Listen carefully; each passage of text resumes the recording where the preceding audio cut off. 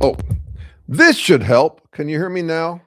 I simply got unplugged. My apologies. Okay, now we're going to start for real. You can hear me now, right? I think you can. I'll just start from scratch. Okay. Thank you. Thank you. All right. Glad I figured out that something had gotten unplugged. All right. So I'm Jeremy Sherman. We're doing the thing we do every Saturday at 11 o'clock. I love it. I hope you enjoy it. The way I've framed it before is we're going to play with ideas. Um, I have lots. That's what I do with my day and evening and through the night, too. Some of my best ideas come in I can't say whether they're good ideas. I can simply say I like them. Some of my favorite ideas come in the early morning, that dream state. I do love being the kind of person who dreams in ideas. For me, happiness for me is having found work for which I have infinite patience. And this is not really even work for me anymore. It's play. I just love what we do here. But I'm also inviting you to do the same. And so while I can generate lots of ideas, the idea also is for us to play with your ideas. Anything you've thought of, because I'm actually trying to get you addicted to this confidence currency. The confidence currency that I run on most these days, I mean, I ran on partnership, I ran on all sorts of things over my life. It's interesting to think about how your confidence currencies, where you get your mojo from, can change over time. Not just from partner to partner but from family to work to all sorts of different confidence currencies. And I'm interested in how to um, how to think about the flow of confidence currencies, what I call mojonomics these days. And what I'm suggesting is there's a great one to be had if you can get into it, and it's got to do with ideas, having ideas. Um, to me, when I run out of ideas, like if I feel like I haven't had an idea in a couple of days, um, I start to feel a little stagnant and a little worried that I'm going to lose that confidence currency flow that I depend upon. Everybody's got different ones. When your sports team wins, that's a confidence currency. I'm saying this is one that's got additional benefits. And it came up this week. Someone said to me, who do you love most in the world? And I said an answer that I don't think is posturing. You're welcome to doubt it. But my answer was I love lots of people, but I seem to have become someone who loves more trying to train my intuition to reality. As I'm trying to be as fitted as possible to reality, and that at two levels. One is it's a practicality of that is if you have good ideas about how reality actually works, you'll probably do better in the world. As I've said, the only rule we can come up with out of 3.8 billion years of evolutionary history is adapt to reality or die. But on top of that, I do feel like it's one of the sweetest ways to spend your discretionary time here on Earth or in this universe, in that you're one of the only things that can think about the whole ball of wax and us in it. And so to try and think carefully about that is great work. Now, a couple weeks ago, a guy generated an idea here, and I just want to flag it, not because I need to get back to it, but because I want to talk about what it means to share an idea here. And then we'll get to some other stuff, including your ideas. So it was a guy who said that consciousness is all there is. There is no reality outside of consciousness. And we went a few rounds about it. Do you remember this guy? He came on gangbusters, like that guy who came on and said we all needed to become vegans right away. And I tried a few things on him, and I didn't get the sense that he was actually listening at all. And then he proudly declared that he was only interested in what's proven. And I tried to get him thinking about fallibilism and all that, and didn't go anywhere. He might come back today. I hope he does. I have no problem jamming with him. But the reason I bring him up here is because he represents kind of exquisitely something that I find myself now working against pretty hard. So here we are, like I said, we're trying to figure out the whole ball of wax and us in it as best we can. We're just this season's people. We'll do as well as we can with it. And then leave it to next generations who will potentially do a better job or a worse job, depending on whether we're re-entering the dark ages or something like that. But we're creatures trying to stay alive, struggle for existence, just like vegetables. Just like what I call vegetative sentience. That is, every tree is trying to stay alive. not without emotions and thoughts. And then you've got animals that have emotions, and we're an animal that has emotions and thoughts. As I've said, comfort in our own skin is the priority, and as I've suggested in recent weeks, I think that confidence, maintaining, replenishing, regenerating our confidence, is huge for humans. Um, and then there is you could say, a vocational hazard for being humans that's really on my mind these days and relates to this thing about consciousness. This morning, Terry and I took a walk, and we were talking about exactly this because we're on the same page. We're beginning to think about how this plays out. And I, at the end, suggested you call it axiomism. See, when you got language, you can reify. Is a word that simply means thingify. It's reify. So re cogitans for Descartes is the thinking thing, and then res extensa is the material thing. So we're talking re just means thing. So to thingify is something we can do with language. Um, uh, Reify, thingify, whatever you call it. And the way we do it is we simply claim that there are these solid abstractions in the world that come first. For example, consciousness comes first, or natural law comes first, as if, or that a prime mover like God comes first. And we then can apply that as basically deduction. You missed the vegan guy. You should have gotten his phone number. It would have been, I'm sure he would have been happy to talk to you. And you, so anyway, this axiomatic approach is the norm for humans. And as I say, it's a vocational hazard. You simply posit these laws and think of all the varieties of them we've got. So you could say that, the earliest human thought has to do with gods, and they're gods that explain what's otherwise inexplicable. So you start with a law, and then you apply that law, and that's called deduction. So the standard form that we think of for deduction is all men are mortal. Socrates is a man, therefore Socrates is mortal. So you've got a law. All men are mortal. Where'd you get it? Never mind. It just comes to mind. It's the natural human thing. You got these two categories. We're going to talk about categories here. So you got this category men, and then you got this category mortals. And you're basically doing set theory, but you're doing it with these rules that you started with. And that's what humans do. So when you run an idea by me here, I'm going to be kicking the tires on it by means of the baggage I carry around in my effort to understand what the actual fuck we are, which is that I don't actually get to start with axioms. I get to start with something that's deeper than axiom. It's basically categorization. It's called abduction in philosophy, but it's basically similarity and distinction. For example, some of you might actually conflate me with that know-it-all talkative guy you saw last Saturday at 11 o'clock. That is no distinction. Jeremy today, Jeremy last week, indistinguishable. That would be where we would start. We wouldn't start with laws, and we wouldn't start with categories that are preformed, but with language we do. We start with those categories preformed. The same way we do in biology when we talk about, well, it starts with DNA. And then DNA is like a blueprint. It's like a lawmaker for constructing, it's the rules for constructing an organism. That is actually not how it works. It's not how it could possibly work. And yet the majority of biologists argue that we start with basically RNA world. That is, you've got these replicating molecules that have this special stuff in them called information, which is kind of like it's like just declaring there's this shit in the world called information. It's not exactly in the world. It's sort of in the world. Like if I'm conveying information to you, yeah, I'm making sounds and they're going through electric systems and all of that. But the information is something sort of apart from that.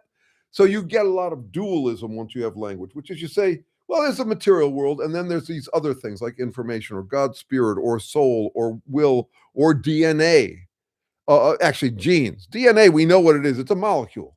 But genes are the information in the molecule. Okay, so that's how most research is done. And if you're mostly interested in listening to me talk about the douchebags out there, all my psychoproctology work, think of how related this is to the vocational hazard we have as humans. Think of the 45,000 different sects of Christianity, the 5,000 different whole religions. Think about the political debates between the conflicts between, let's say, communist ideology or Islamic theocracy or far right fascist. All of those are axiomatic. They start by saying, well, there are these laws in this world, and we're conforming to them, and anybody who doesn't conform to them is wrong or evil, and we're going to declare holy war on them. I am talking about the vocational hazard of being human that could get us all killed. It's that we are a symbolic species, that we work in symbols, that we work in words. And once you start writing down words, they look solid. They look permanent. They look thingified. Read something yesterday. This is going to become an increasing problem with AI because in terms of its capacity to code syntax, AI has no way of distinguishing between rocks and freedom. They're both nouns. So what I'm talking about here is this nounist tendency in human beings. And so AI is going to do, I mean, AI knows that you can't throw freedom. It doesn't know shit, but it does correlate that there are things that you wouldn't do with freedom, that things that don't go with freedom, that would go with rocks. And that'll be all the more persuasive to us because if it started to talk about throwing freedom, we'd think it was off. But it's been trained to not do that. But in the meantime, it treats every word or every token as a thing and then works out which ones are verbs and which ones are nouns. So this is going to become an increasing problem for us. And once again, why would we do this? Well, one of the reasons we would do it, and I'm going to get to your text and comments in just a second, and they're permanent because look at they're sitting right on the page. I don't have to worry about them. There's something about them that doesn't, it feels like you don't even need to maintain them. If you say the word God, even though you insist that God is eternal, even if you said the word frog, that sounds eternal too. Like there's always the concept of frog, or always a concept of freedom, or always a concept of your God, whatever.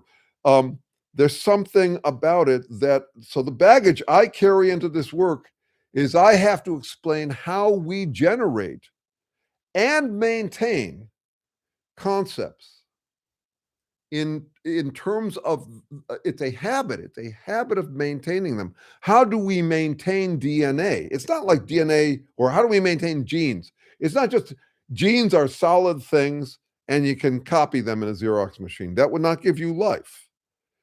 I have to explain the processes by which we maintain any habit. Is an existence system. Yes. So Jeff, your point of what I'm saying, you might mean something different by it, but it's a system that gives us the impression of existences, starting with a prime existence, whether it be God or natural law or whatever. And the baggage I bring to this is I have to start with a universe where everything in existence is falling apart at some speed or another. I mean, if it's durable, it's going to take a while. If it's fragile like us, it's not going to take long at all for us to fall apart. So it gives us the impression of existence without the habits that maintain the existence. You've heard me talk about it lots, that I have to produce 330 billion cells on a fucking Saturday. It's Saturday. It's my day off, right? And still I have to produce 330 billion cells today. I'll do it unconsciously without feeling, without thought. I'd probably feel it if I wasn't producing them. But it's the habits that maintain things that interest me. So I have to explain everything from a ground where everything's falling apart. Yes, there are solids for now in a universe that will ultimately experience the heat death. But in the meantime, there's some things that are durable, but that ain't me. I mean, it's my bones for a while.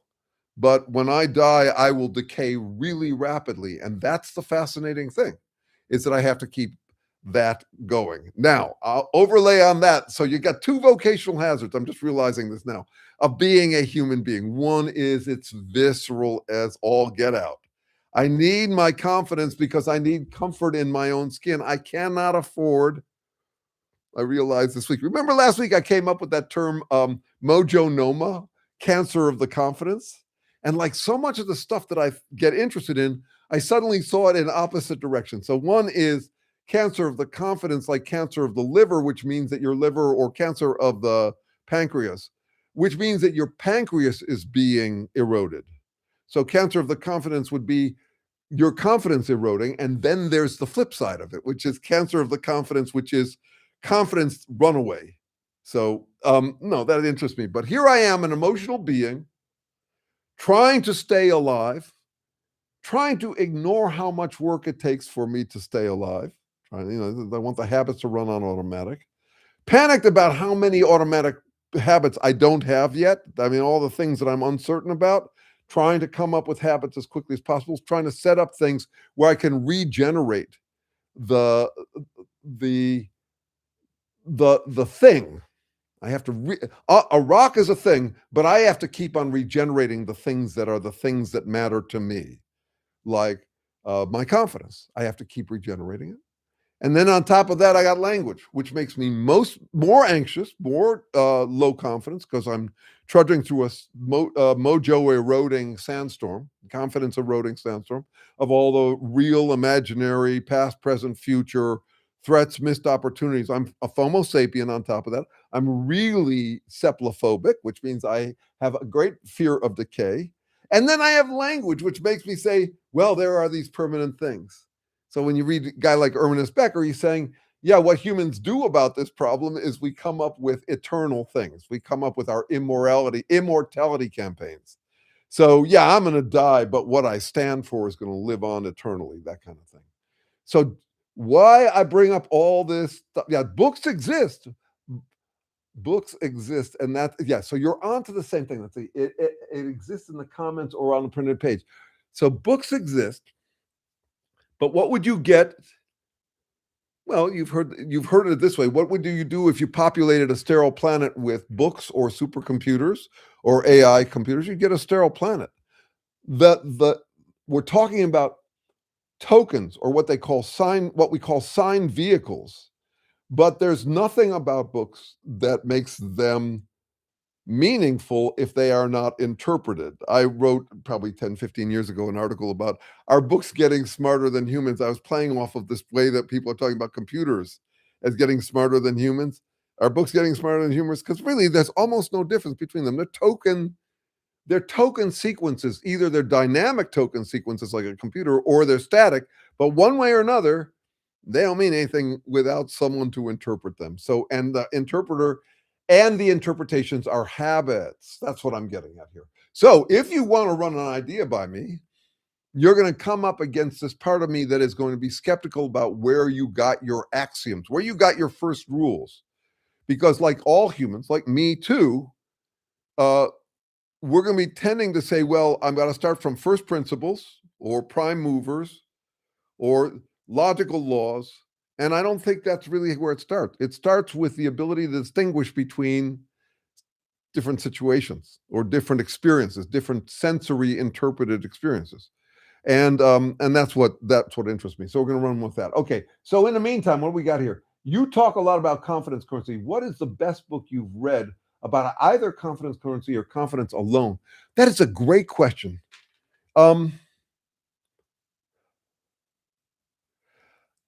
I guess the one that was pivotal for me that I have run with ever since is The Denial of Death by Ernest Becker. So it's a Pulitzer Prize winning book by a psychologist, and I read it a couple of times. I postponed it for a while. People were suggesting it to me, and I didn't read it until I was in the middle of heartbreak over a lost girlfriend, a girlfriend who was indifferent to me, had lost interest in me and moved on and found someone else. That was almost always the story with my girlfriends. But anyway, it's a book that's talking about these challenges in the broadest strokes. And I was actually invited to be a keynote speaker at the Ernest Becker Foundation meeting because of my work since then, my work with Terry on what a difference it makes to be a language using species. So what Becker is saying is, as a language speaking using species, we're the first ones who can conceptualize or foresee our own inevitable deaths. And that we're all dealing with this issue. The way I would frame it is how do you throw all into life knowing you'll be thrown out? And his answer was that he didn't argue there was any escaping this. He kept on saying, yeah, you might think you can escape it this way, but no, you can't. Um, but his argument is we come up with immortality projects or immortality crusades. And then since then, a bunch of researchers wanted to turn his work, his theory, empirical. A guy named Sheldon Solomon, who went to school with Jordan Peterson and is surprised by how he turned out. Sheldon did a lot of experimental work. There's a bunch of people doing experimental work that follows from Ernest Becker's work. It's called terror management theory. And it does all these interesting experiments where they prime people on their deaths. For example, they ask them questions in front of funeral homes or ask them to talk about it, and then they see what changes there are in the person's behavior. And in general, what happens is people get more steadfast. Now, he's talking about death. And that one fascinates me. I spend a lot of time on it. If you want an interesting poem about it, I love this poem. It's called Aubade by Philip Larkin, who is my favorite poet. I mean, he's just the best romantic cynic I know. And this is a poem. An Aubade is a morning poem, a poem about the morning or from the morning. And yet it's all about death. And I just think it's a very visceral way to understand what Becker is talking about. And then he also wrote a poem I recited for a friend last night, "The Old Fools." So if you want a sense of that now, but you asked a broader question: is there any good text on mojonomics? I think, yeah. De Botton has a good book. That guy, I forget what his first name is. And I'm going to read you something that I quoted from the beginning of it. It's called Status Envy. De Botton, let's see, Status Anxiety, it's called. Let's see if I can find this thing here.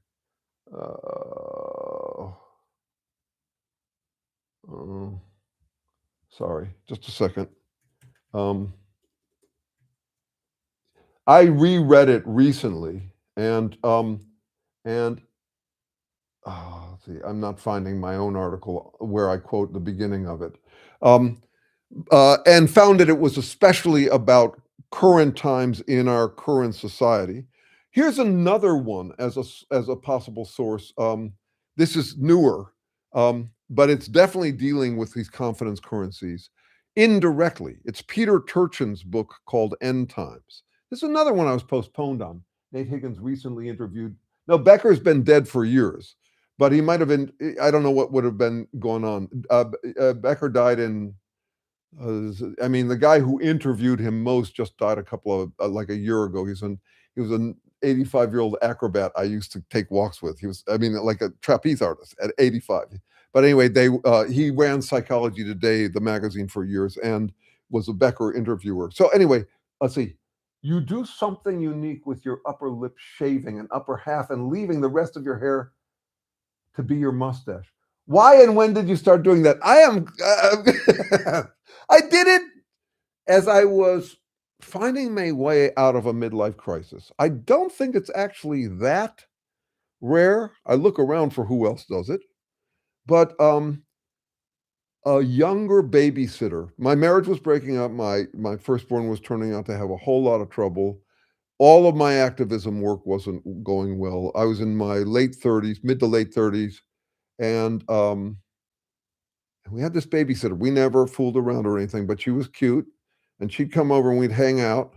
And she said, "You should try this," and I tried it out. And so you could say, and I tried it, and it looked better because I got a fairly long lip here and a relatively small chin. Fun with looks.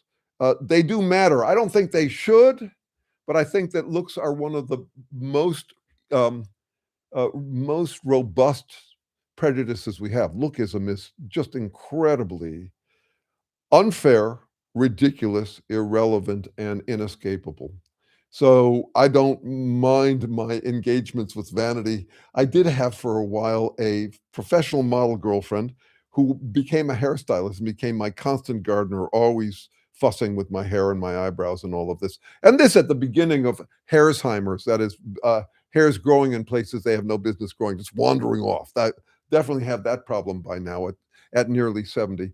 But no, she taught me how to dye my beard, and now I'm playing with it differently. For a while, I was over dyeing it, and anyway, no, you get credibility if you're younger that you lose quite appropriately, I would argue, as you get older. And I wrote some stuff this week about how ridiculous it is that we allow the nearly dead to design futures they won't have to experience. It's tragic. I mean, I understand why we do it, and I understand why we don't let people vote until they're 16. But I would be fine if they said, "All right, you motherfuckers, you baby boomers, all right, AARP, you've had your turn. These guys are designing their future. The world is changing faster than you can keep up, or you want to keep up. You don't get to vote."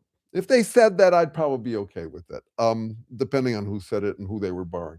Anyway, so thank you for asking that question. I aim to be shameless, but I also aim to stick with the issues here. So here's the thing I wanted to say with respect to that question about confidence currencies. In a way, Peter Turchin, this complexity mathematician, economist, historian guy, is talking about the trouble we're going to have with the confidence currency markets, the mojonomics, because of what he refers to as elite overproduction. So the American dream was that everybody, if they work hard, could get rich and join the elite, one elite or another. And he's not really talking primarily about academic elites because he's talking about where the power lies. And it doesn't really lie with academics. Some of the fun of being an academic is you don't have to worry about power. On the other hand, it also makes the academics can be quite petty because they're not earning much money, they're not getting much traction, and so there's a lot of small p politics in academics. But anyway, what he's talking about is now everybody's aspiring, and this is also the point of Alain de Botton's book, Status Anxiety, is that now that everybody sees the ceiling removed, you got too many people vying for too few positions in the elite. Think about this in the music world. I'm going to go do a jam this afternoon, first one in 6 months. I'm really delighted that someone invited me out at Muir Beach, which is a beautiful place. Um, think about who can make money as a musician these days. The pinnacle's gotten very narrow. The band has gotten very narrow. So you got Taylor Swift up here, and you got all these wannabes who can't barely make a living at it. So that's the kind of status. So you find a currency that sustains your mojo but does not keep food on the table.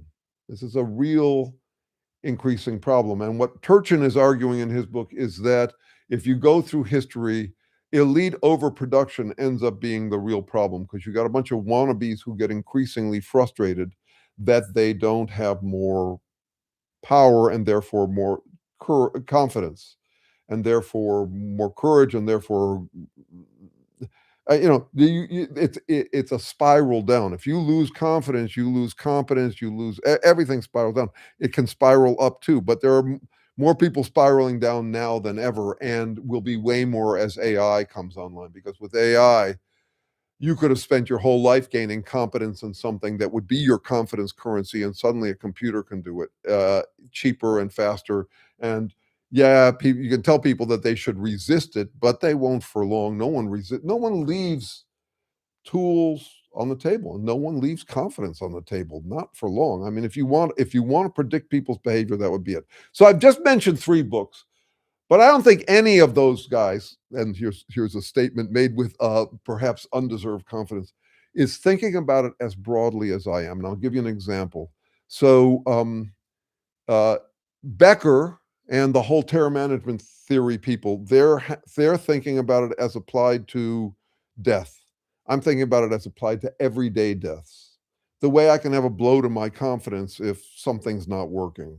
The way my mic wasn't working. You can get little nicks and the slings and arrows of normal fortune, right? Every one of those can become a confidence depleter. I need to regenerate my confidence the way I need to regenerate my cells. So as a human, I mean, it's not biological, but it's still mandated because I will start to get ill if I lack confidence, and it tends to pile up. If I have doubts and anxieties, things I haven't been able to resolve into a habit that works, then pretty soon I'll start to have doubt about whether I can handle the doubts I'm dealt. So that's where self-doubt kicks in. And once you've got self-doubt, it shows on your face and people look at you different. And that's the plummet that I think we're up against. So what I'm saying is that Becker says, yeah, pay attention to the way we're scared of death. And I'm saying, no, it's broader than that. And Status Anxiety is a book about modern times, but it's more than that. And Peter Turchin's book doesn't quite get to, he starts with some axiomatic approaches. He's talking about laws. He's trying to uncover laws, but he's not doing it at the biopsychosocial level that I'm attempting. So if you're looking for a book on it, I read lots of books related to this. Um, but I wish there was a book that actually dealt with it from the core. And if anybody can suggest one, I'll go read it. They have language and they're trying to figure out what they are. Wow. Okay, I think I just went unstable for a second. But the yeah, so yeah, so I'm reading the early psychology about it. How people were dealing with it when religion was a major confidence currency. And I've also been reading about a period that's really interesting to me. It's the early 1700s when suddenly people realized that the diversity, you could say the anarchy of confidence currencies, and what a clash that can create. This is at the beginning of chick lit, that is women reading novels. It's the beginning of the terror about masturbation, that people could have their own fantasies.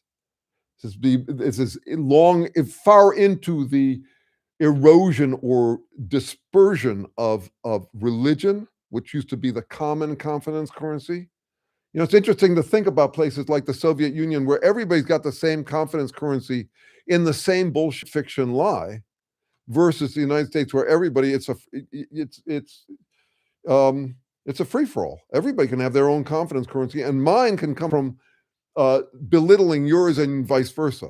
So this is, if you want to understand the culture wars, I say look to the confidence. If you want to understand anything that humans do, I find it extremely important. And you got to understand, I'm not talking about it as something that happens to other people. It's neither something that excludes me or is exclusive to me. This feels truly autobiographical. I could walk you through my confidence currencies, including how I shaved my beard. I could walk you through them. This is not exclusive of me, but it's also not exclusive to me. I will argue that, because I will have people say, speak for yourself, Sherman. You're a nervous ninny who worries about your own confidence and could lose confidence. This is exactly what a Trumpist would say. You're a snowflake. No, I'm saying we all are. And it's got nothing to do with what we believe. It has to do with what we feel and how we can claim beliefs through language. Okay, let's see where we're going from here. Rex, how do you engage with and think about personal relationships with AI chatbots specifically? I don't have personal relationships with them, but this does relate to something I want to mention. Um, uh, uh, so I find it amusing when people do have relations with AI or try to seduce me into one or try to fight me with one. I've had several people say to me, I asked AI how to respond to you, and here's my clever retort, which seems to be, they're not clear on this. They're supposed to act like it was them saying it. It's like a plagiarist who forgot to to deny that he copied. I know several people whose spouses have said to them, I checked with AI and it says that you're a gaslighting narcissist and you owe me an apology, male and female. There was just this big contest in which my research group submitted 3 papers, one of which got an honorable mention, one of 4 papers that got an honorable mention among 30 submitted. This is one from our Chinese colleague. It was on the best essay on consciousness. And the winner was a well-known neuroscientist. I've had a few conversations with him. But he wrote an article about how AI isn't conscious. I agree with all of his points, but the way he went at it was the standard way I was just talking about. It's axiomatic. So how do people decide what is different? how should I go into this? Is the whole thing related to what I said, but it might take us. I'm going to look at your comments here. I could get into why the paper was interesting in terms of that axiomatic stuff I was just talking about, us arguing against. It says nothing about what consciousness is. It assumes there's a stuff called consciousness. There's a set of stuff called consciousness. And he's comparing and contrasting whether life has consciousness, so that does the machine. It does and it doesn't, and all this sort of stuff. I didn't find it a major advance, but it does. I do assume that no matter how much we recognize that a AI is not conscious or doesn't know anything or is not intelligent, unless you define a hammer as intelligent, it's a tool. But I don't describe a hammer as intelligence. I see it as a facilitator of intelligence, and I'd say the same for AI. And it's very powerful. But I assume that we're in for a lot of what I call AI theism, which is its belief that AI is like God. You know, I checked with AI and it said that my partner is a narcissist gaslighter who owes me an apology. And actually, I do know two people who are married who both checked and both came to that conclusion, though about each other. Okay, let's see. Let's see. From what I read of Turchin, the idea is that aspiring elites that are led to expect a certain life and status that never materializes. When those promises fall, they become illusion, and some are then drawn to activism or extremism. Yes.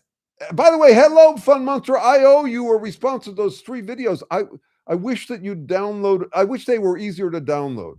We'll talk. Perhaps tomorrow morning. We are having the standard meeting tomorrow of the International Psychoproctologist Study Group.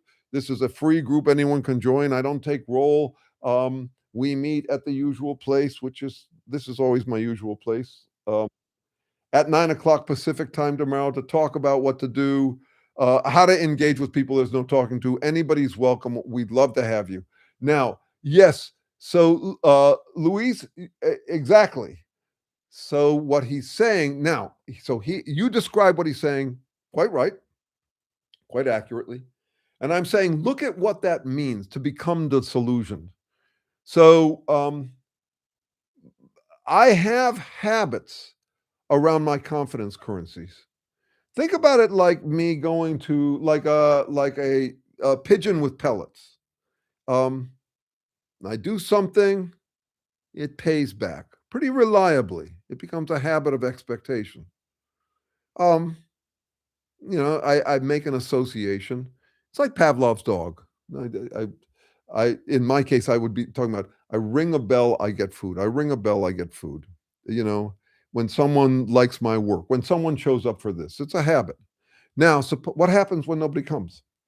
Or, as Bertrand Russell once explained, the problem with this habit, which is an induction, it's an inductive kind of habit. So he says the turkey expects that every time the farmer comes, he can get food, and then the farmer comes the day before Christmas, and no, much to his surprise. So talk about disillusioned. And so what we're dealing with in the United States, I think, in the world right now, is that the world has gotten way more complicated right after a period when we thought it was getting more simple and reliable. All of these technologies make us feel like it's more reliable when actually it becomes more and more dependent on infrastructure and stability. On top of that, you've got these new technologies that are making us less and less useful. And then you've got the sadonarcissists who are running things who say, people are no longer useful. We really don't need them anymore. There's way too many of us. The Earth has carrying capacity for about 1 million of us, supported by an infrastructure primarily made up of robots and AI. This is kind of the dark MAGA, dark enlightenment. Curtis Yarvin, I'm reading a book on it right now called Furious Minds, well worth reading, about the kind of ways in which they can rev themselves up into extreme confidence, decoupled from anything like morality or consequence. They're dreaming of a consequence-free world. And the Epstein Island stuff fits in perfectly. People aren't people. People are props in my confidence currency campaign. And so you got all these people all these emboldened billionaires, and then you've got all these people who are getting increasingly desperate the disillusioned as Louise described it. Um, and what happens is there's generally a rebellion. But in this case, the rebellion we're talking about is the MAGA movement or any of these neo-fascist or dark MAGA kind of dark enlightenment movements. These are people who say, "Oh hell no, I'm not putting any up with any more of the shit. I expected more, and I'm disappointed. The world owes me." Incels would fit into this as well. And then along comes a leader like Donald Trump, who, in a way, is a wannabe. He's a Don wannabe in that he didn't actually make his money. There's a chip on his shoulder. I know about this because I inherited money, and I know that chip. He handles it rather differently than how I have. Um, but he handles it by pretending that he's God and he should win everything. And whenever he loses, it proves that he's going to win in the end, and all that sort of stuff. And what a mating call that is to the fragile lost people out there is that they will say, I don't need competence for confidence. I can just give myself unconditional confidence. So that's what I think is going on at that level. And that does fit what Turchin's describing. Okay, let's see what we got here. What does he? You were too slow. So I went ahead and made the channel good. Don't wait for me. Jesus.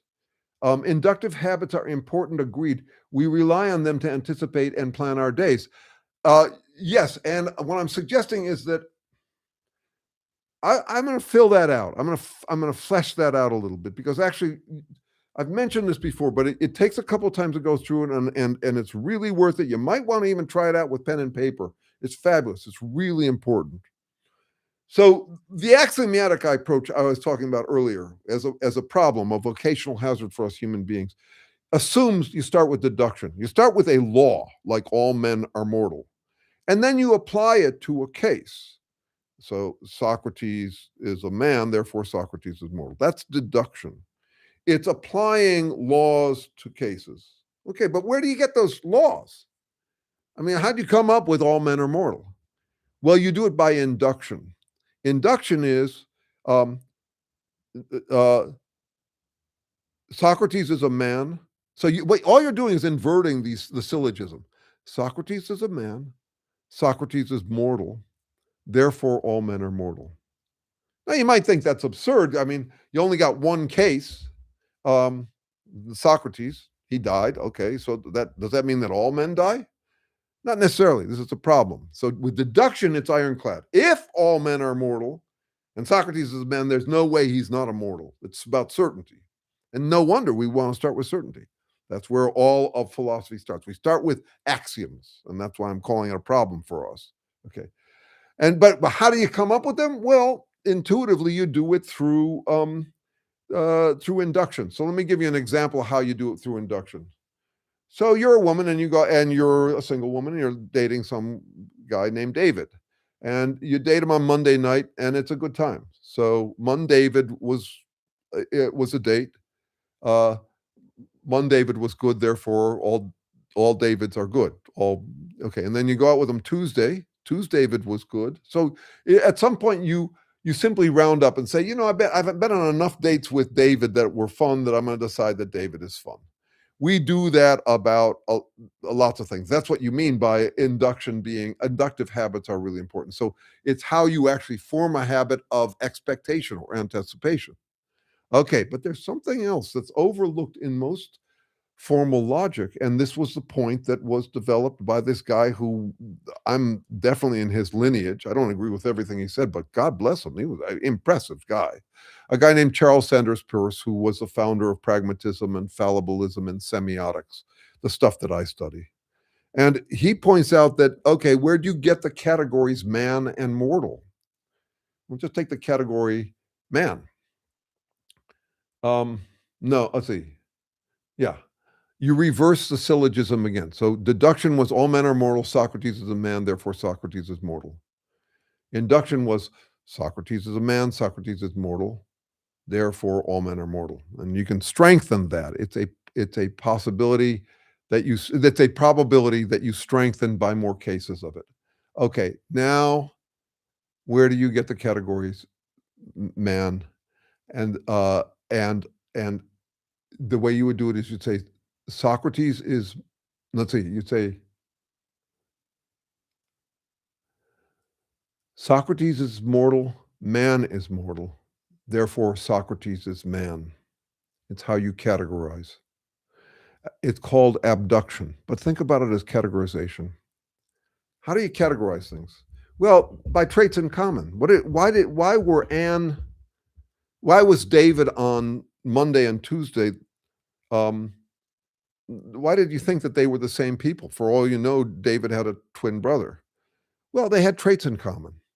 How do you find your car in a parking lot? By abduction. You traits in common. This car is white. My car is white. How do you find the murderer in murder mysteries? By abduction. They both have a motive. They both had red hair. They both were there at the same time. By both, I mean the suspect and the murderer. So we do the most fundamental is this. It's basically a failure to distinguish. Which is also the source of great movies, usually involving twin brothers or something like that. It's also the source of great jokes. So I might have shared this recently. I'll share it again.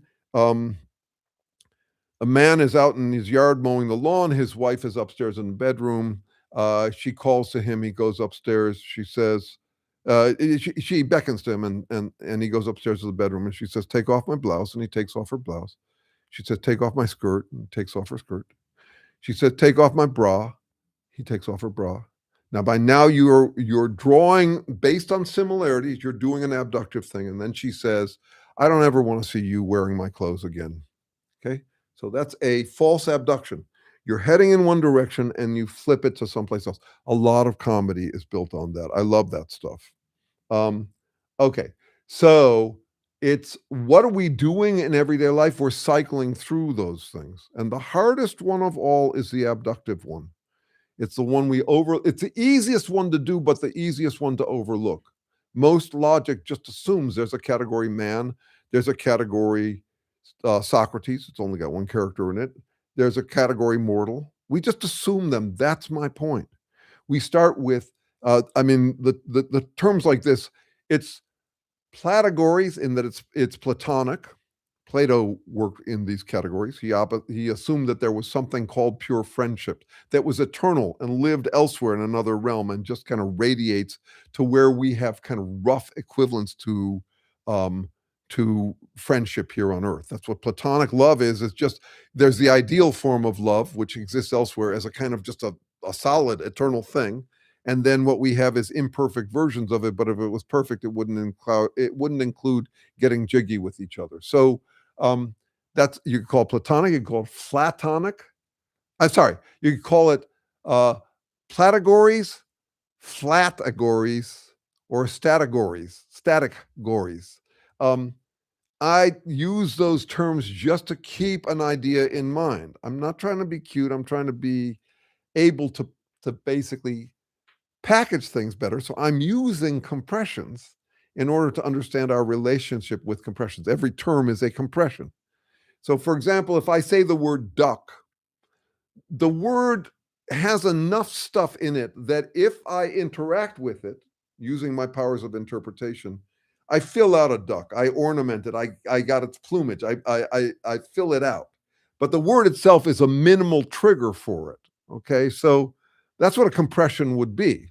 So when, for example, you compress an image on the computer and then you decompress it, you are filling in the details. And so what I'm saying about habits in general is that they are going to be decompression, recompression cycles. The word by itself does nothing. The word, if chronically interpreted, maintains its existence, just like the DNA, if chronically interpreted, maintains its existence. By itself, a gene does nothing. If you put DNA on a table, it's like snot. It's not alive. Only through a process of interpretation, through transfer messenger RNA, proteins, and then the proteins modify the production of the DNA. So those habits are fascinating to me, and that's where I'm working more and more. Okay, let me move someplace else. I wish people still chewed some of the earth casually. Help us feel more connected to our vulnerability, like all living organisms, like chewing tobacco or chewing certain barks. or leaves. That's interesting you say that. I'm very orally fixated. I do a whole lot of chewing. Um, uh, uh, uh, I was breastfed. I have no explanation, or at least not a Freudian one, for why I'm that way. Um, we got a buddy in this research, a guy who shows up at tomorrow's meeting. Like this guy a lot. His name is Mick Dodge. He was the star of a National Geographic reality TV show for survivalists for years called The Legend of Mick Dodge. And he got part of his fame. So he didn't think much of his fame, and he loves my work. It's very flattering. He says, I am the West Point. He's a guy straight out of the Marines. I mean, his entire family grew up in the Marines, and he's definitely that kind of guy. And he says, I'm the West Point of dealing with assholes, which is quite the compliment. He got big for walking barefoot. And he, so there's been times when he talked to me and says, I am grounded because I walk barefoot. It keeps me grounded, keeps me alert of reality. And I love that he says this, but I also, this is big for me. I want to keep in mind that a lot of what we say about ourselves is for the confidence currency. I can regenerate my own confidence by giving myself a pep talk or describing myself in a way that makes me sound complete. Like I am officially grounded because I have this one grounding. And I bar myself, fair is fair. If I have trouble with other people saying, look, I've checked with myself and I agree with myself and I've decided I'm a good person, that's fine, but it's also kind of masturbatory, and I don't take your word for it, and you don't take my word for it either. If I said, I'm good at this. Look, I know that that's just my opinion, but I have to demonstrate to you that I know it's just my opinion too, and I could be wrong about myself. So one of the things that comes up with him is, and we've talked about this before, is I say, yeah, you're kind of grounded, but there's lots of ways to be grounded. And it's not like having grounded yourself in this one symbolic way or ritualistic way that has all sorts of practical applications. It doesn't mean you're grounded to everything any more than if I said to you, look, I study the origins of life and biology, therefore I'm grounded. You got to remember, I don't actually want to be grounded. I mean, I do and I don't. Uh, no matter how hard I chase the truth, it will never catch me, right? So, I'm ambivalent about the truth. So I would never claim I'm the realist. I think it's one of the most unrealistic things for humans to say because, and this is true of this resonates with the Becker work. Escapism is inescapable for us humans. We couldn't possibly deal with reality all the time, not even the part of it that we could, if we gave our full effort to it, we could understand. There's so much we don't understand. What we do understand is disappointing or delightful, but it has nothing to do with whether we like it or not. This came up this week. Um, yeah, talking to a new professor who just got hired at Berkeley, and we were talking about exactly this: the appetite for um, untrue but confirming things or flattering things versus true and unflattering things. And he said to me, because he's actually from a religious background, he said, "Yeah, but what about the true and flattering things?" And I said, "Yeah." There's no relationship between whether I like it or don't like it and whether it's true. I mean, there's plenty of things that are untrue or true that I like, and there's plenty of things that are true that I like and don't like. So it's not like I got to keep them separate somehow. The pursuit of the likable story versus the pursuit of the likely story. So let's see. I don't know where that fit in. Here's one connection I will make, though, which is this comes up often and came up in a long meeting yesterday with a guy who works at a high level at Wolfram Institute on on blockchain. Um, so a lot of people think that the problem is capitalism, and if you mean by capitalism cooperation and competition for real world resources, that's been going on since the origins of life. What's different is we do it in the symbolic realm, where we can have infinite confidence, for example. Um, and I think that's where the runaway problems are. And it also comes from, once again, thingifying, reifying. If you treat concepts like status as if it's a physical thing and you try to accumulate as much as possible. You become a confidence addict or a confidence hoarder. Um, you end up with these runaway satonarcissists, the people who thrive on the increase in status they get by putting others down and by just elevating themselves. It's a contrasty thing. Status has got to be a contrast thing. I mean, we could say everybody's the best, but at that point it becomes meaningless. It's the same as saying everybody's the worst. Okay, yeah. So uh, yes. Well, we created a runaway problem with blockchain and AI. Each one of these we call in our work on how significance happens, or what's called semiotics. We call them displacements. So even the process of translating from DNA to proteins and back, which starts actually with functional proteins, it doesn't start with DNA.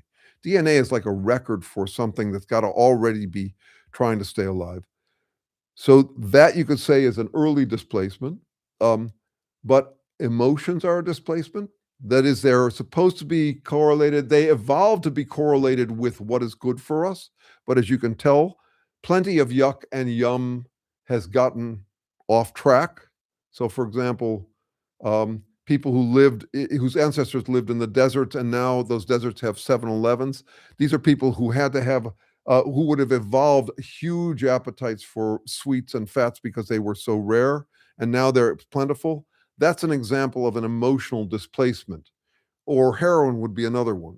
Um, and just the ways in which what feels good isn't always good for us, and what feels bad isn't always bad for us. Um, and then language on top of that, and then language in writing, and then writing in printing, and then printing in internet, and then printing in internet AI. I think what we will end up with is a displacement death spiral. That's, I think, the most likely prognosis for human extinction is that we will. You've heard me talk about this. I also call it the dissociation death spiral or the dumbass death spiral. That is, we aren't keeping up. Reality gets harder. We get more into escapism, thereby neglecting reality that much more, thereby it getting worse, thereby us escaping more and more. So that would be a dissociation death spiral or displacement death spiral. I don't bet we're getting more realistic the more complicated the world gets. I think we're getting more idealistic. And that's a problem. And it worries me for my kids and your kids and for anybody's kids. Okay, let's see. I have been talking as if I had coffee. I did, but that doesn't explain this. I wish people, okay, so we got the chewed on earth here. They have a grounding shoes now. They really help me relax on a walk. Yeah, I'll just say one more thing about shoes related to that. I was in a fire in 1980, which I caused. Um, the way the spiritual leader of my commune described it is that Jeremy was braver than smart. I ended up with gasoline on my feet. I wear compression socks. I don't walk around barefoot. It would unground me to do that because I ended up with I ended up lying down for 6 months because I couldn't stand the blood pressure to my feet. It was a difficult time in my life, and it was in part, come to think of it, to tie it around, it was tied to this thing that Amethyst just brought up. The night before this accident, which involved, I've probably described this before. It's long enough ago that I'm okay describing it.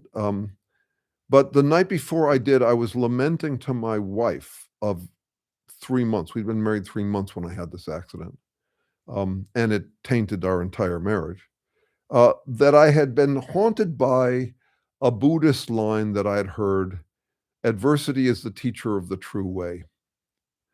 And you might wonder, okay, well, why would that bother me? I felt incredibly lucky at 24, guilty for how lucky I was.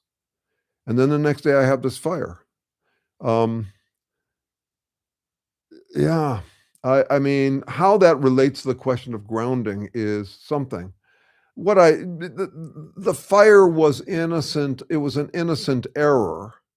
I had been working in the poorest Guatemalan village I'd ever been in. It was 3 miles from the nearest road. I had found them water.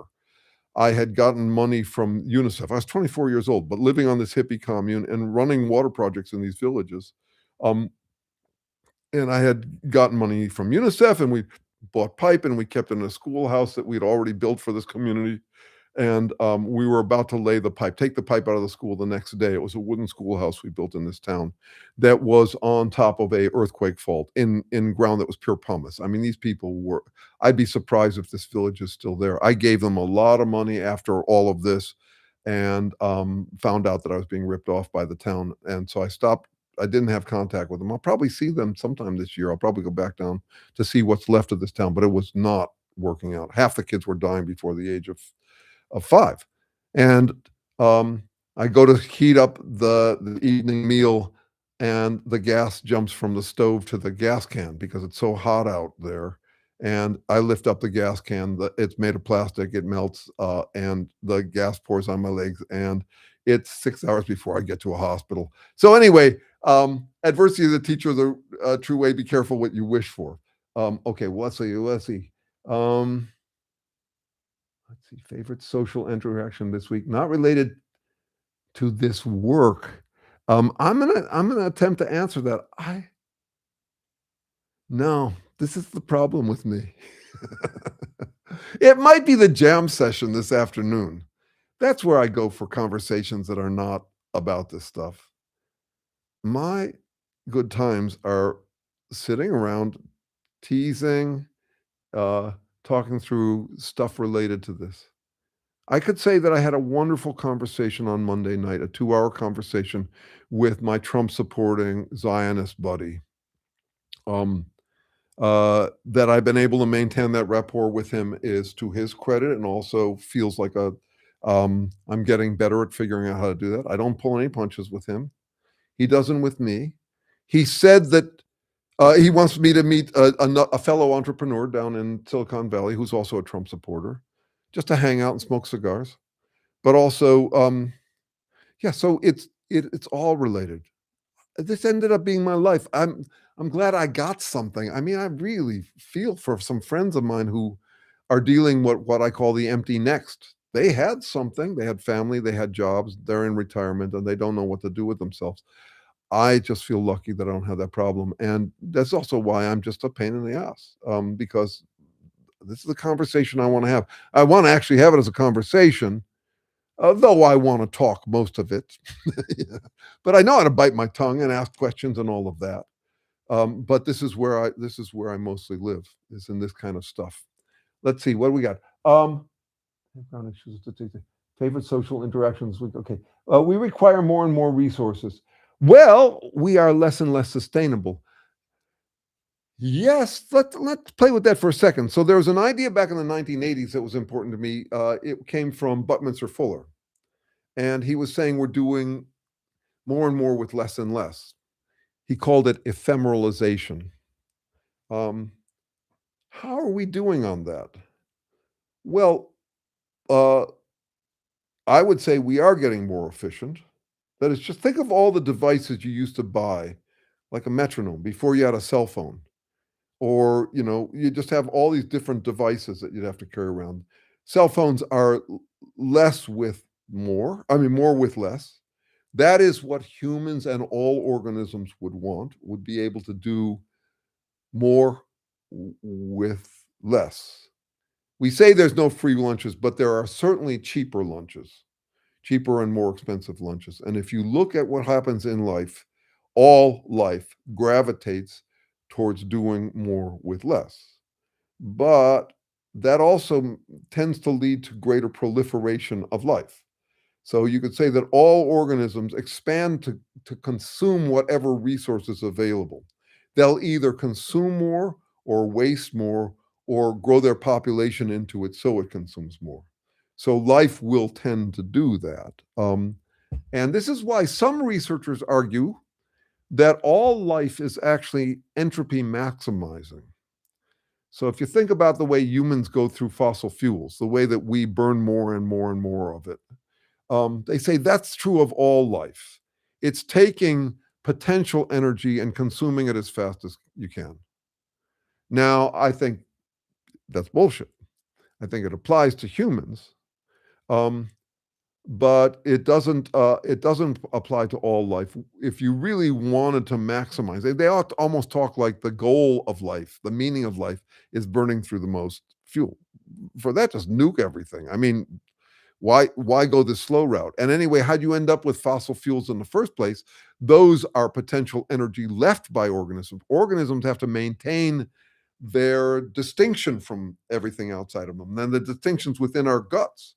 That is, we are actually simpler than things at maximum entropy. I have stuff that's all organized or regularized, whereas so this is why I have a frog on the cover of my science book on the origins of life. Which is more complex, a frog or a frog smoothie? A frog smoothie is more complicated. It's more randomized. That's maximum entropy. But a frog is not. A frog is retaining its own entropy. I mean, is minimizing entropy enough to stay alive. It's keeping order in its body. It's keeping its shit together and distinguished. Okay, so the distinguishments, that's where, that's, anyway. So let me see. We are definitely consuming more and more, but a lot of that has to do with the kind of cost cutting we do. So, for example, individually, this is basically tragedy of commons things. We could have less consumption if we use public transport more. But for me, the cost cutting efficiency is to have a car. And yeah, that's going to collapse at some point, starting with water and all of that. And what will that make us do? Probably grab more for ourselves. The sort of thing we're seeing from these precocious, almost preternaturalist survivalists who are currently running the country. People like J.D. Vance or Peter Thiel. These are guys who are saying it's going to get the scarcity's coming. Uh, we can't afford morality anymore. Morality's bullshit. It's dog eat dog. Um, let's just be the biggest dog and get rid of everybody else. That's a kind of local efficiency that makes for counter efficiency at a larger scale. Um, this has been on my mind this week. It also came up in the conversation with the Zionist Trump supporting friend of mine. I said, if you go that route, if you're going to it's a dog eat dog world, fuck morality, the goal is to be top dog. I understand. In a way, you're a highly evolved organism in the animal sense of it. And I'll see you as that. And you can even claim that you can even make a case for yourself. But if you make a moral case why you deserve to win, you just shot yourself in the foot and you can fuck off. That is, to try this out in terms of racism. Either whites are morally superior to blacks, or it's a dog eat dog world where they're the most beastly and barbarian. You cannot have it both ways with me. You can't, the moralizing that you get from these people who are clearly just um, feral animals braying for territory. We got to get better at distinguishing. We got to get better at not taking moral counsel, from people who are basically dog eat dog into the beast business. And I think we lost a lot of ground with this. There was a way in which we felt like those of us who are more liberal or morally minded. I mean, it's still going on. The number of ways in which the the the despotic psychopaths moralize and shame into submission people who actually care about morality. Um, it's just astonishing, and it's our greatest vulnerability. It's a problem with taking morality more seriously than other people do. Let's see. Okay, let me see what I got here. We all want unity as long as everybody all else changes. That's right. Why can't we all get along and do what I want us to do? I did this morning start a new series. These are memes. These are profiles in Incorrigible. I don't know what I'll do with them, but they were fun. I made two of them that are along the lines of what you're just talking about. So I'll quote them. One of them is a MAGA guy wearing a Trump t-shirt. And he says, I was a bad student, but I always wanted to be the teacher so I could boss people around. I need things simple, but I also need to feel like the expert. So I follow teachers I understand, like Trump and my preacher. They give me the confidence to be the expert and tell everyone what's what. So that's one. And then here's another one I wrote. This was inspired by some conversations this week. This is Mike Johnson looking earnest. He's a, yes. He's a, yeah, he's like Mike Pence this way. I'm rational. I can make a rational case for anything I want to believe, which proves anyone who disagrees with me is irrational. So I'm trying to summarize these behavioral things. And yeah, they would be good animations. And maybe I'll end up going that route, or maybe we will together. Because I'm not getting around to my animations. I've got some credits on an animation thing, but I'm not getting around to them. So you and I need to talk. We will talk. Let's see, what do we got going on here? We're at 12:12. Um, I've been talking a lot and will continue because that is my wont, but only for a couple more minutes, only another 10 minutes or so. So the question is whether you have any comments or questions or thoughts on your mind. Um, I've been filling the air enough. You remember, my goal here is for you to get into doing what I do, which is that when you have an idea in the week, you write it up as tight as you can. Simple, but tight. You as simple as possible, no simpler. And you value it somehow. Now, for me to value it is to put it up on Facebook, even though Facebook is becoming a wasteland of advertisements and self-flattering memes. But I put it there anyway because that's part of my habit. It's part of my confidence currency. I put it out there. That makes me feel productive. People respond to me, which makes me feel productive. And then I also get to deal with whatever they respond with. And that will generate more ideas. I'm trying to get you hooked on that.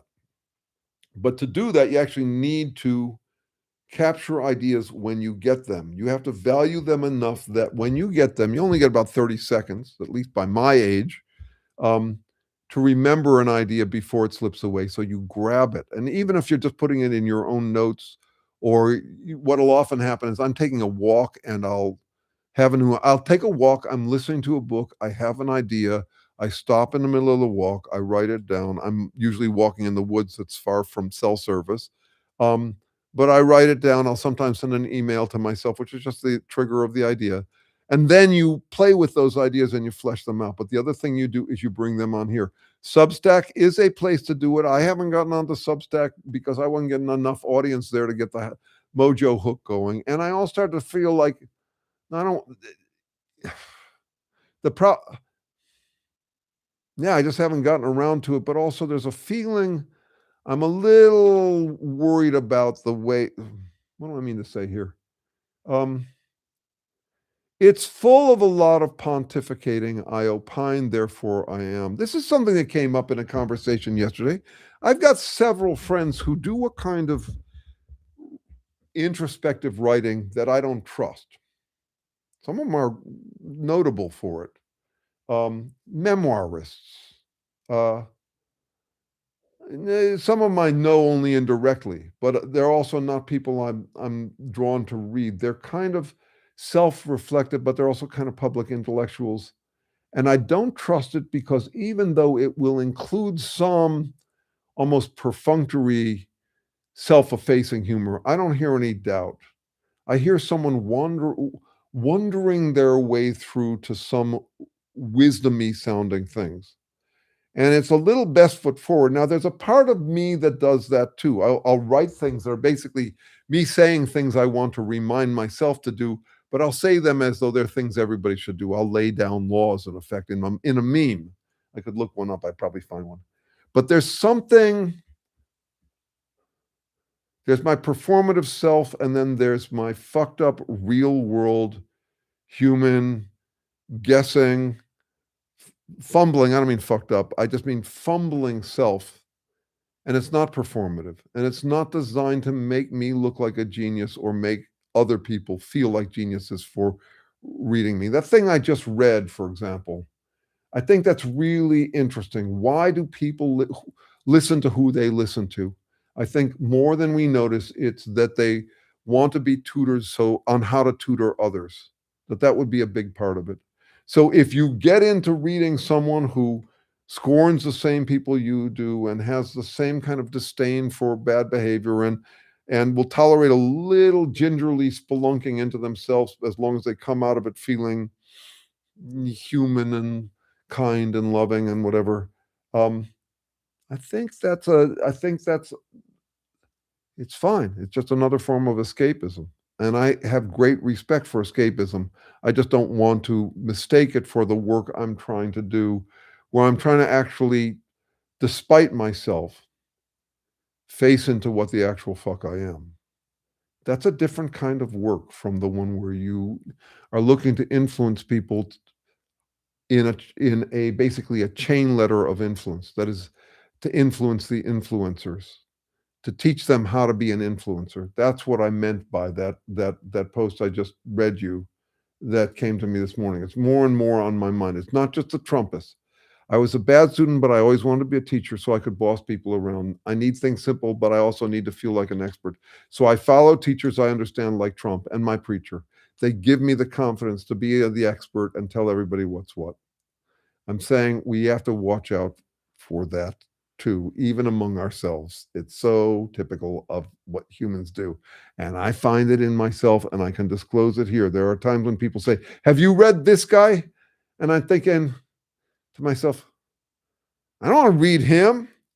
I want to be already a better teacher than him. Why should I have to read him? That's not fair. I thought I was further along than this. It's a little bit like if someone says, "Oh, Jeremy, I've got the perfect partner for you," and then they set me up with someone. I think, wait a second, you you think I have looks parity with this person? No, it's pathetic.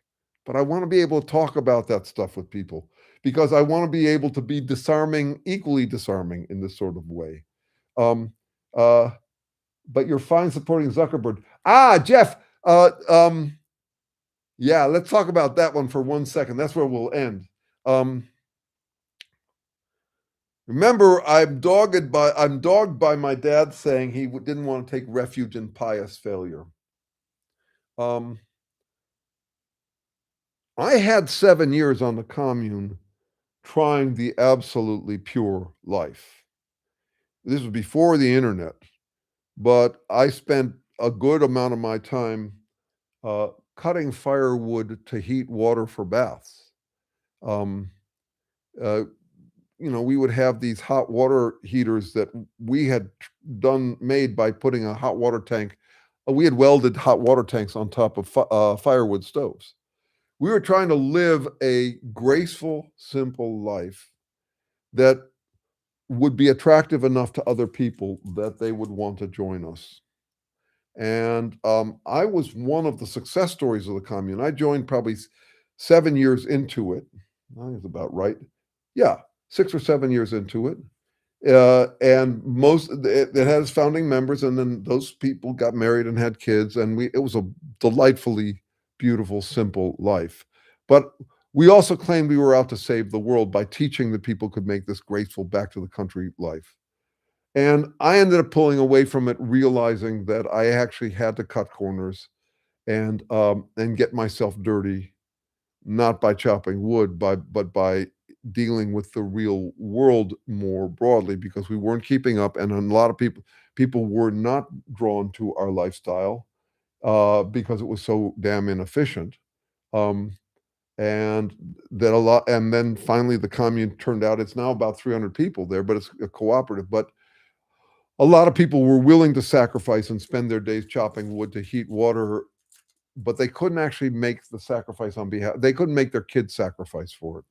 So by the time the commune was about half kids and half adults, not through free love, we were prudish about that. You couldn't have sex unless you were engaged to be married on the commune. I have sex from 20 to 23 there. Those were important years to be sobered off of that, or to be building up libido. Either way, but anyway, no, it started. There was a diaspora. People realized they had to go out and deal in the mainstream world. And yes, I do support Zuckerberg.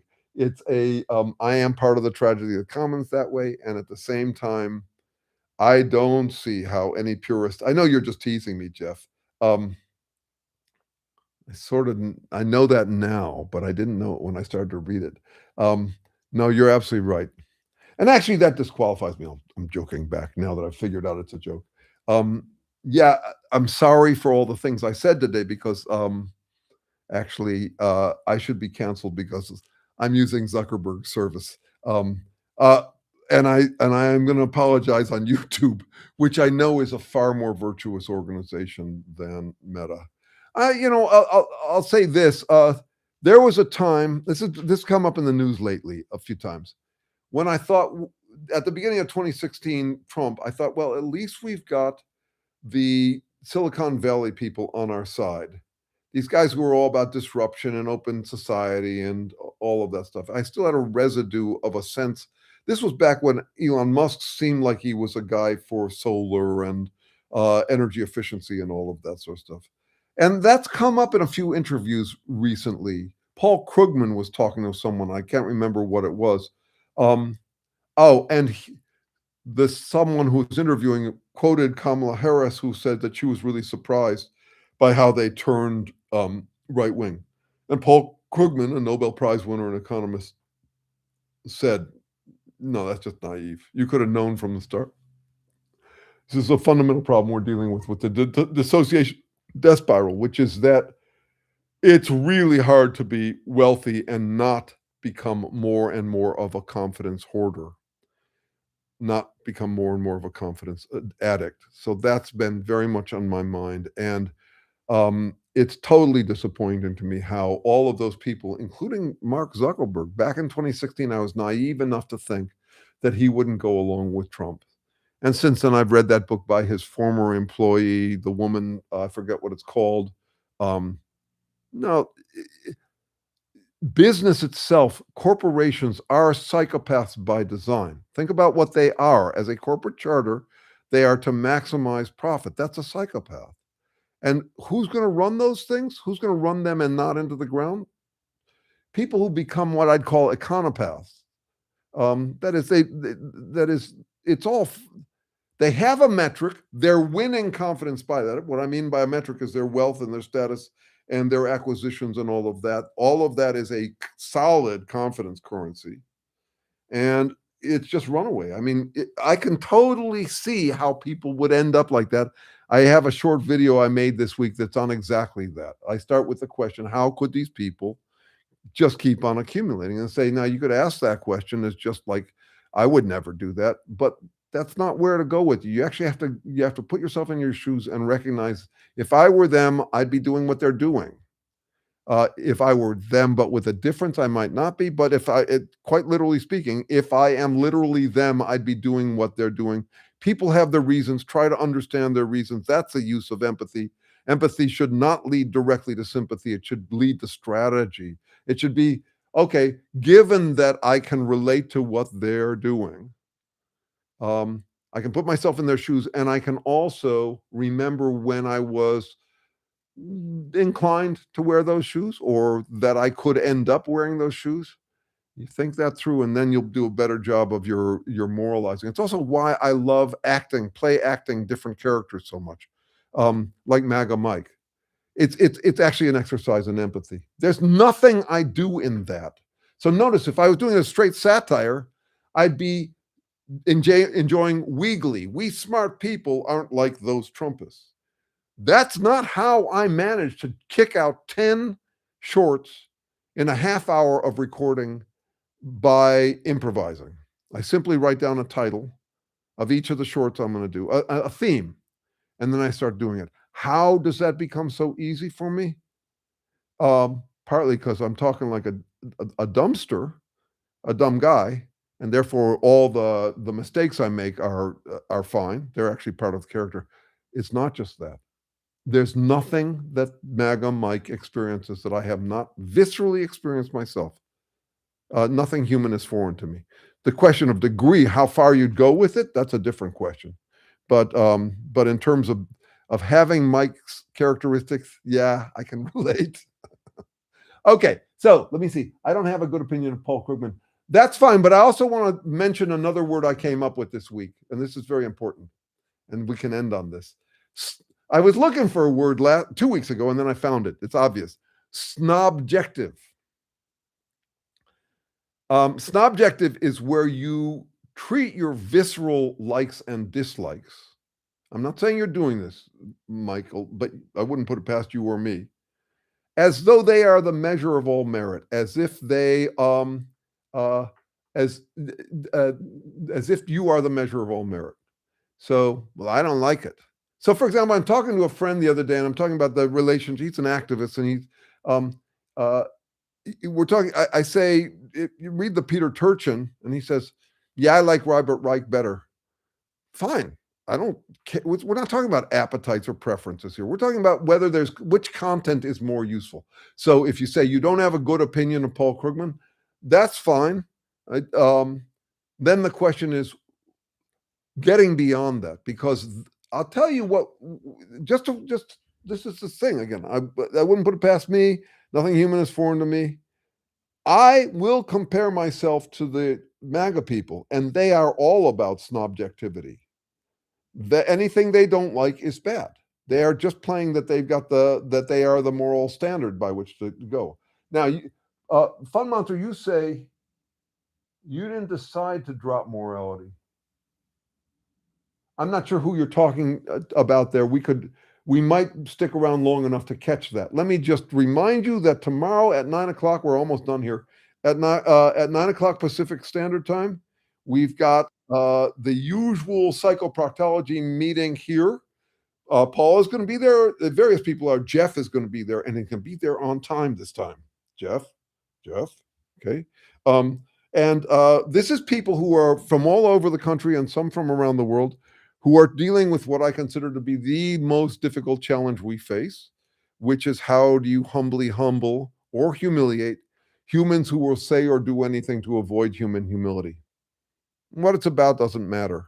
Uh, just that behavior. I mean, what they insist is true, what their cause is, we're not paying attention to that. The group tends to be focused on Trumpists because there's an epidemic of that in them these days. So these tend to be people who are dealing with Trump relatives, Trump family, Trump community around them, wherever they live. And we're just trying to come up with better strategies. I got 60,000 views yesterday on Facebook alone, supporting Mark Zuckerberg, for this one I did yesterday that I really liked. It's Trump, AI Trump telling it like it is. And he's pointing out this thing about, he's saying, what a loser Machado was. You know, she thinks I rescued her from Maduro. I'm exactly like Maduro. I'm exactly like Stalin. I'm exactly like Putin. These people are still distracted by our lifestyle brands. This is basically WrestleMania. We dress up in costumes and the purses get big because people are willing to actually drop their gold Nobel Prize in my lap for fighting against someone who is exactly on the same team with me. We are psychopathic tyrants. That's what we are. Don't get distracted by the team jersey. That's irrelevant. I hold to that, and we do in the study group as well. So this is where we meet tomorrow. Okay. Everybody's biased. Everybody's biased in a way. That's what we're talking about from the origins of life. If you are alive, you are a self, and you have biases. You're biased towards keeping yourself alive. With humans, you can get biased towards even other things. Like, for example, with symbols, you can think of yourself as a cog in a great machine, the psychopathic machine of a corporation, or dying for God or country. These are all things that humans can do, but all organisms are biased. So if anybody ever uses the word bias as if it's a rare pathology of deficient minds, it's worth it pointing out that that's just exempt by contempt. Here's the best example of it I know is I once heard from a guy who was very far right wing, and he says all of the media is left wing biased. Yeah, that's snobjectivity. You're pretending you're the gold standard. Yeah, from your perspective, everything is to the left of you. Big fucking deal. Anyway, all right, you guys. Do you remember when you first became aware of Trump? Guessing sometime in the 1980s? Definitely, because I was reading Spy magazine at the time. But here's my claim to fame. Back early on, I think it might have been 2012, I wrote an article for Psychology Today about nounism, which is exactly where we started this morning. Axiomism is nounism, reification or thingizing, the thing we do with language. And I was talking about that pathology with respect to Trump. And I remember thinking at the time, of all the articles I've ever written, that's the least evergreen. Who cares about Trump? He's on his way, about Trump. He's on his way out, is what I thought. Boy, was I wrong. That ended up being a perennial article. Okay. All right. I love it when I'm scooped by brilliant minds. Um, and I especially love it when I'm scooped by my own brilliant mind. I've agreed with myself for a very long time now. I keep on following things out. And that's why you shouldn't trust me. Anybody who says, yeah, no, I've been building confidence in my own ideas, be wary of them. All right, you sweethearts. I'm glad you're here. I have to be. I mean, I have to be with me all the time, but that you actually enjoy my company, I think is just delightful. And I'm very grateful for it. And I'll see you next time. Take care.